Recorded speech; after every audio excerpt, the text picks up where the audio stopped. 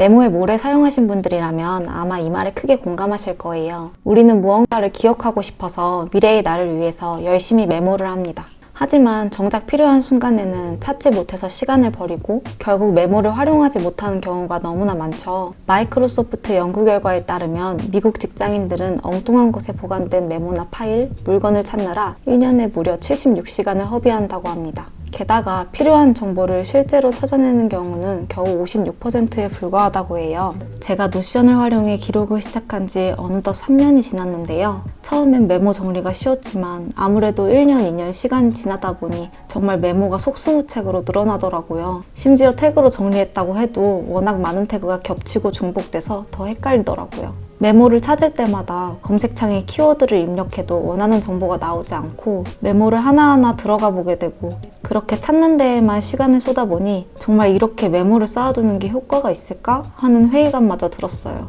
그래서 오늘 영상에서는 이와 같은 고민을 해결해줄 체계적인 파라 정리법을 소개해드리려고 합니다. 이번 영상은 이런 분들께 유용해요. 첫째, 노트가 복잡해서 자신이 기록한 걸 찾지 못하는 분. 둘째, 매번 생기는 메모들을 어떻게 분류해야 할지 막막한 분들. 셋째, 메모를 활용할 수가 없어 답답한 분들. 영상 끝까지 보시면 메모를 찾는 시간이 80% 이상 줄어들고 메모를 쌓아두는 것이 아니라 활용할 수 있게 됩니다.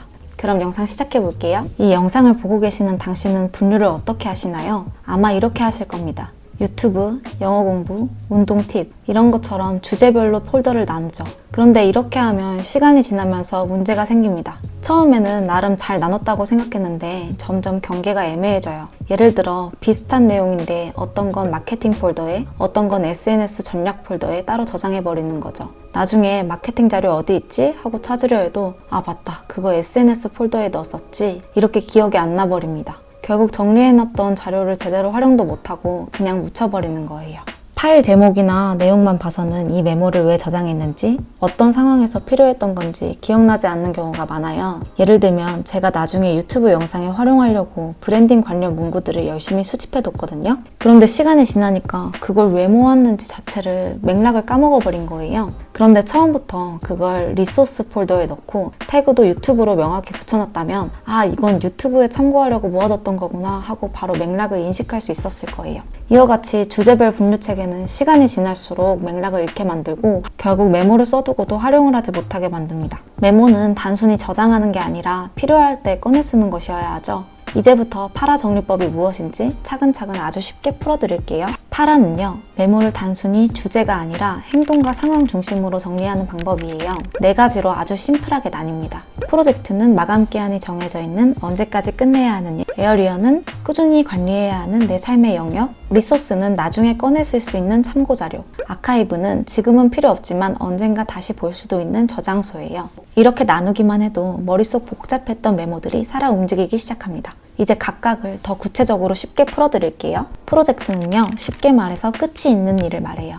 예를 들면 제가 5월 안에 유튜브 영상 한 편을 제작하고 업로드하자 이렇게 목표를 세웠다고 해볼게요. 한 달 안에 완성해야 하는 거니까 이건 분명한 프로젝트가 됩니다. 이외에도 공모전 준비, 제안서 작성, 과제 제출 같은 것들 있죠? 명확한 목표와 데드라인이 있는 일은 모두 프로젝트 폴더에 넣는다고 생각하시면 됩니다. 두 번째는 에어리어입니다. 에어리어는요, 한 번 하고 끝나는 게 아니라 지속적으로 돌봐야 하는 삶의 영역을 말해요. 예를 들면 재정관리, 건강관리, 인간관계 유지, 취미생활 같은 것들 있죠? 한 번 잘했다고 끝나는 게 아니라 매일, 매주 꾸준히 챙겨야 하는 것들이에요. 매달 통장 잔액을 점검하고 운동 루틴을 이어가고 소중한 사람들과 관계를 지키는 일처럼요. 이런 것들이 다 에어리어에 들어갑니다. 세 번째는 리소스입니다. 리소스는요, 나중에 꺼내서 다시 참고하거나 영감을 얻을 수 있는 저장소예요. 예를 들면 마음에 와닿았던 좋은 유튜브 영상이나 쇼츠 아이디어, 멋진 문구나 인사이트 메모 같은 것들 있죠. 이렇게 언젠가 필요할 수 있는 자료들을 모아두는 공간입니다.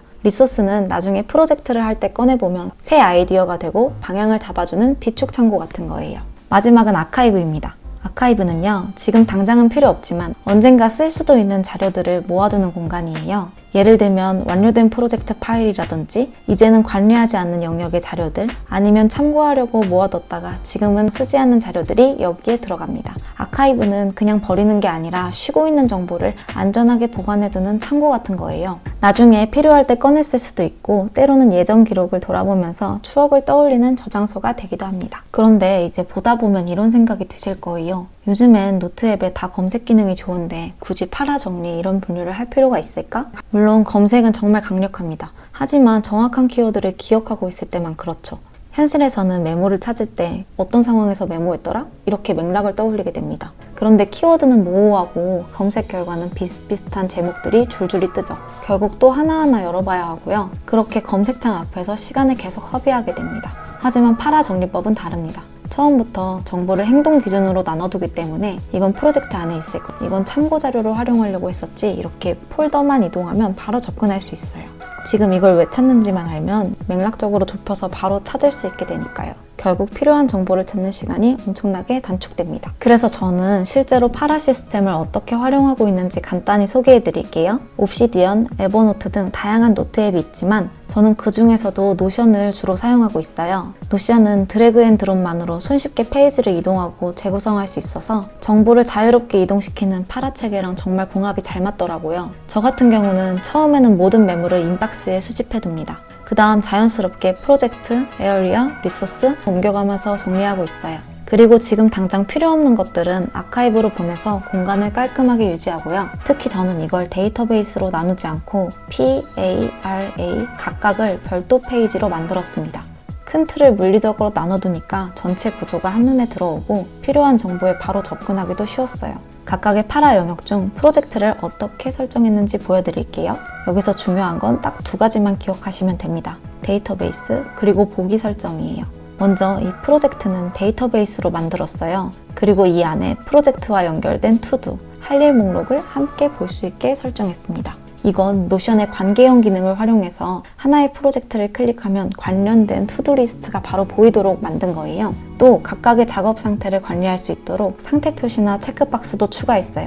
저는 프로젝트와 캘린더는 뗄 수 없는 관계라고 생각해서 프로젝트 목록과 캘린더를 같은 화면에 배치해 두었습니다. 이제 메인 화면에 들어오기만 해도 어떤 프로젝트를 해야 하지? 오늘 일정 뭐지? 한눈에 파악할 수 있어요. 두 번째, 이번에는 에어리어 영역을 소개해 드릴게요. 저는 에어리어를 6개의 카테고리로 나눠서 관리하고 있어요. 꾸준히 책임져야 하는 영역이기 때문에 너무 많으면 안 될 것 같아요. 제가 정한 6가지 핵심 코어는 목표, 관계, 기록, 건강, 감각, 자산입니다. 각 항목별로 별도의 페이지를 만들어서 해당 주제와 관련된 자료나 메모를 쉽게 찾을 수 있도록 정리해뒀어요. 에어리어 안에는 습관 체크리스트도 같이 배치했습니다. 어제, 오늘, 내일 이렇게 보기를 구분해서 볼 수 있도록 설정했고요. 체크리스트를 완료하면 진행률이 밑에 자동으로 표시되게 해놨어요. 이 습관 트래커는 노션에서 정말 간단하게 만들 수가 있어요. 노션 습관 트래커 만들기라고 검색하시면 다른 분들이 제작해둔 영상이나 템플릿을 참고해서 10분 정도만 투자하면 누구나 쉽게 만들 수 있어요. 다음은 리소스와 아카이브 영역입니다.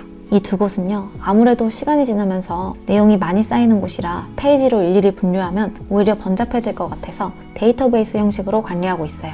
특히 리소스와 아카이브는 날짜가 굉장히 중요한 것 같아요. 왜냐면 우리가 자료를 찾을 때 저번 달에 봤던 자료 같은데 하면서 대략적인 시기를 떠올리면서 찾게 되거든요. 그럴 때 데이터베이스에서 필터를 걸어서 원하는 기간만 설정하면 빠르게 찾아낼 수 있어요.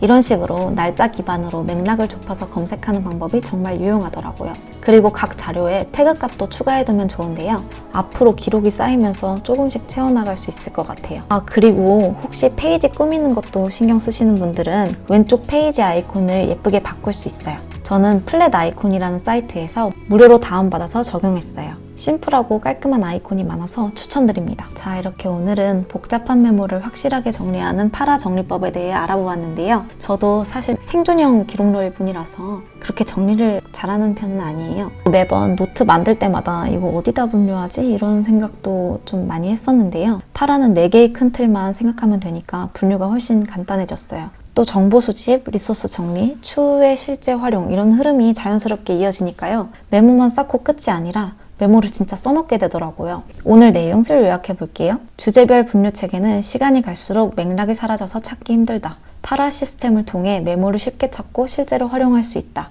파라 시스템은 노션 같은 노트 앱을 통해 간편하게 구현할 수 있다. 저는 평소에 의미 있게 기록하는 방법, 그리고 실용적으로 기록을 활용하는 방법을 주제로 콘텐츠를 만들고 있어요. 참고로 저는 유용한 영상을 보면 좋아요를 눌러서 저장해 두거든요. 나중에 찾기도 쉽고 구독을 통해 생산적인 알고리즘을 만들어 보세요.